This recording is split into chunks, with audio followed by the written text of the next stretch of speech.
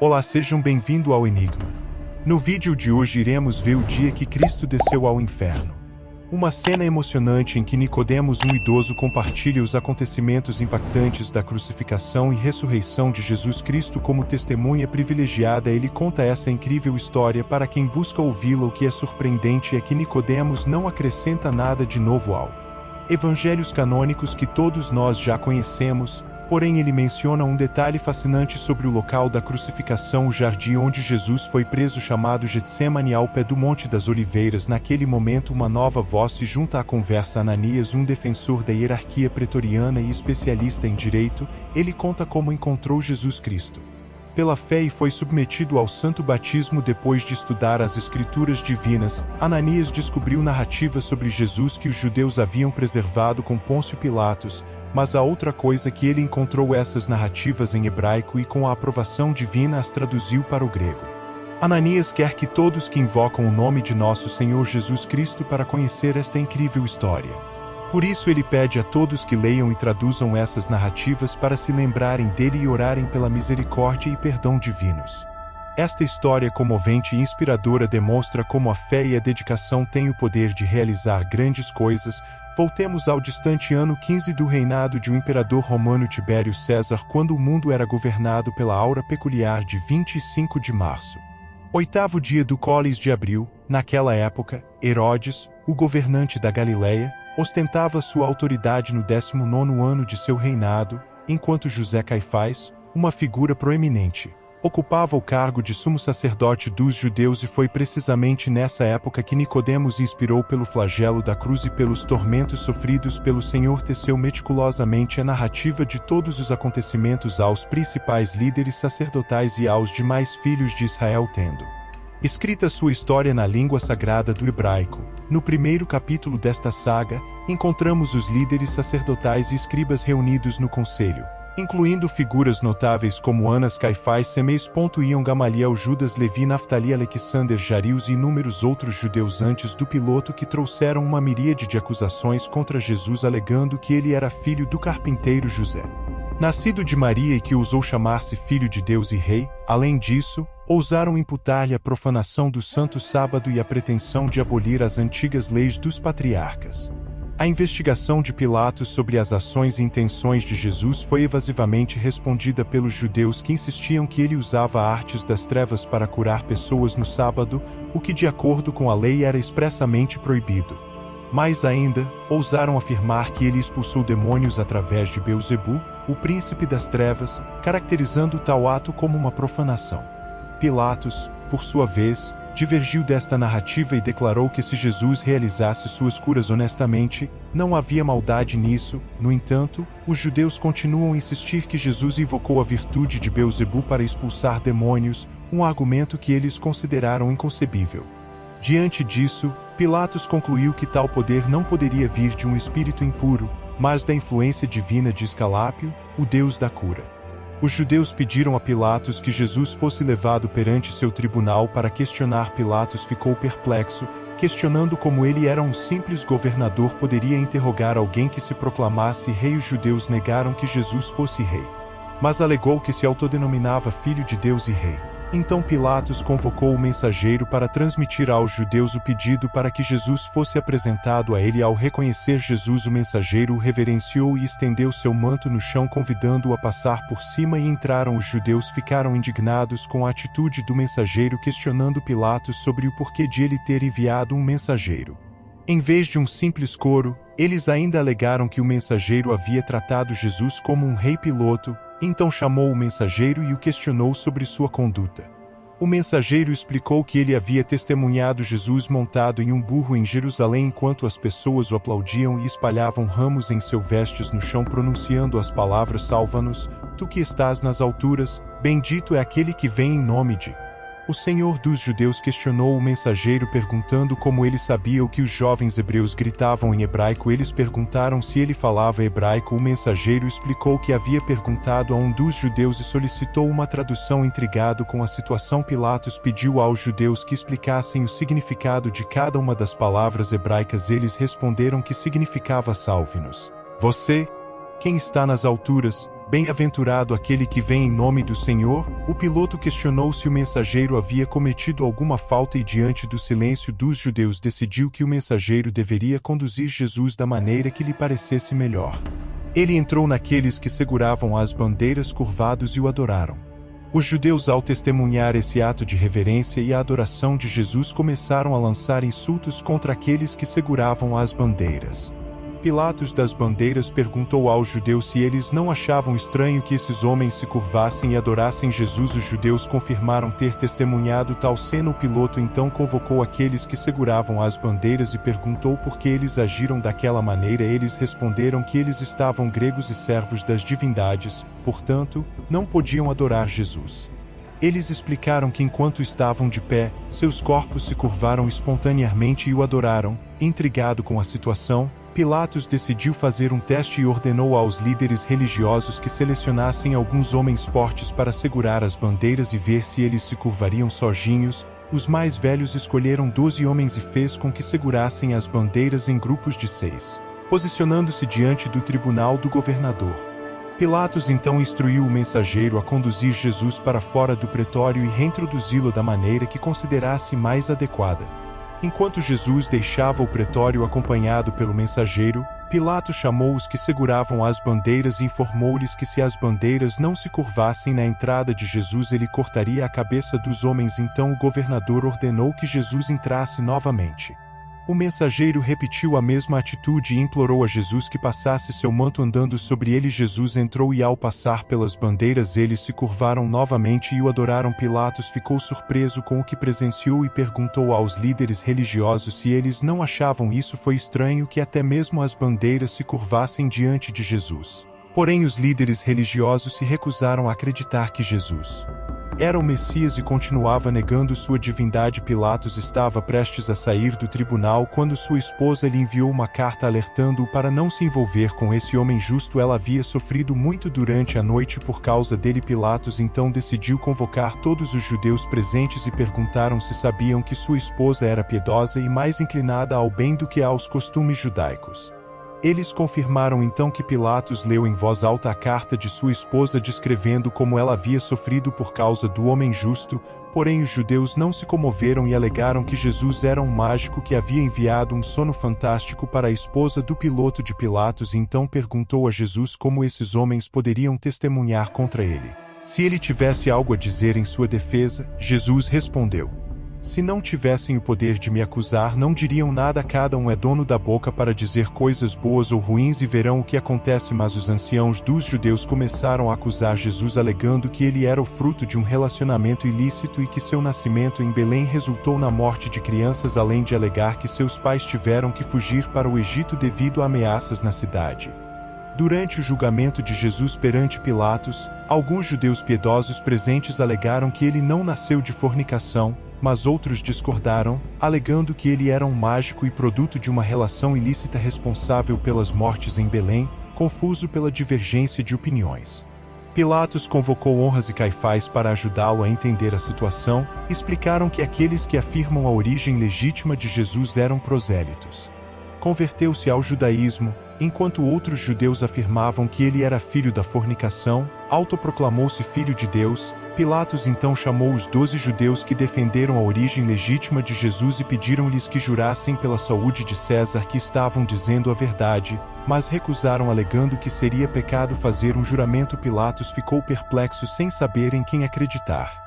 Enquanto isso, Anas e Caifás insistiam que Jesus era filho da fornicação e feiticeiro. A situação estava ficando cada vez mais confusa e tensa. Neste momento, Pilatos decidiu que era hora de ter uma conversa particular com Jesus, mas antes disso pediu a todos que saíssem do local exceto para os 12 que alegaram a origem legítima de Jesus. Depois de isolá-los, Pilatos fez a seguinte pergunta: por que você quer matar Jesus? Perguntou a Pilatos. Os judeus responderam: porque ele cura no sábado e isso é contrário à lei. Ficou surpreso e perguntou: então você quer matá-lo por fazer o bem? A resposta do judeu o deixou ainda mais confuso: sim, porque ele não segue nossas leis e se autodenomina filho de Deus. Pilatos, o governador romano, estava sob pressão dos líderes judeus para condenar Jesus à morte. Porém Pilatos não viu razão para acusá-lo. Ele tentou sair do problema sugerindo que os judeus o julgassem de acordo com suas próprias leis, mas eles insistiram que Jesus merecia a morte.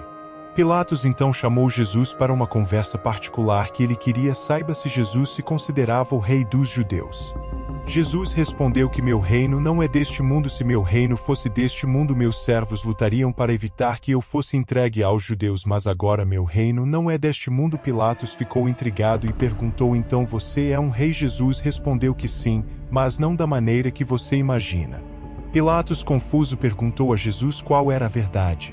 Jesus respondeu que a verdade vem do céu, não da terra. Pilatos achou estranho afirmar que não encontrou a verdade na terra. Jesus explicou que aqueles que falam a verdade são muitas vezes julgados pelos poderosos da terra. Embora ele não tenha encontrado culpa em Jesus, Pilatos acabou dando sob pressão dos líderes judeus e o condenou à morte. Ele deixou o pretório e foi conversar para os judeus de fora, alegando que ele não encontrou nenhuma falha em Jesus. No entanto, os judeus o acusaram de dizer que destruiria o templo e o reconstruiria em 3 dias. Pilatos questionou a qual templo eles estavam se referindo e os judeus explicaram que era o templo construído por Salomão há 46 anos. Pilatos reafirmou sua inocência em relação ao sangue do justo Jesus, mas os judeus insistiram em dizer: seu sangue caia sobre nós e sobre nossos filhos. Então Pilatos convocou os anciãos sacerdotes e levitas em segredo e declarou que não via razão para condenar Jesus à morte, uma vez que as acusações se limitavam a curas e alegada profanação do sábado. No entanto,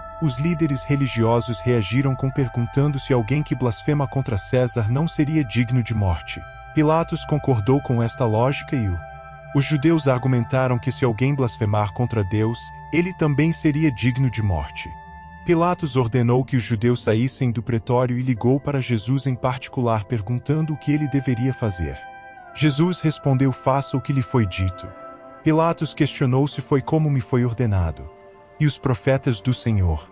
Já me foi revelado sobre minha morte e ressurreição. Os judeus, ao ouvirem isso, acusaram Jesus novamente de blasfêmia. Pilatos sugeriu que o prendessem por blasfêmia e o julgassem de acordo com sua lei.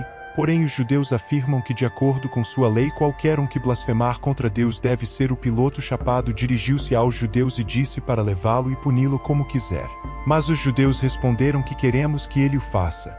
Seja crucificado. Pilatos discordou, afirmando que ele não merece ser crucificado. Então ele olhou para a multidão de judeus presentes e percebeu que muitos deles estavam chorando. Pilatos exclamou: não é toda a multidão desejando sua morte, mas os anciãos dos judeus disseram que temos todos veio aqui para que ele morra. Pilatos perguntou e por que ele deveria morrer, e os judeus responderam porque ele se autodenominava filho de Deus e rei.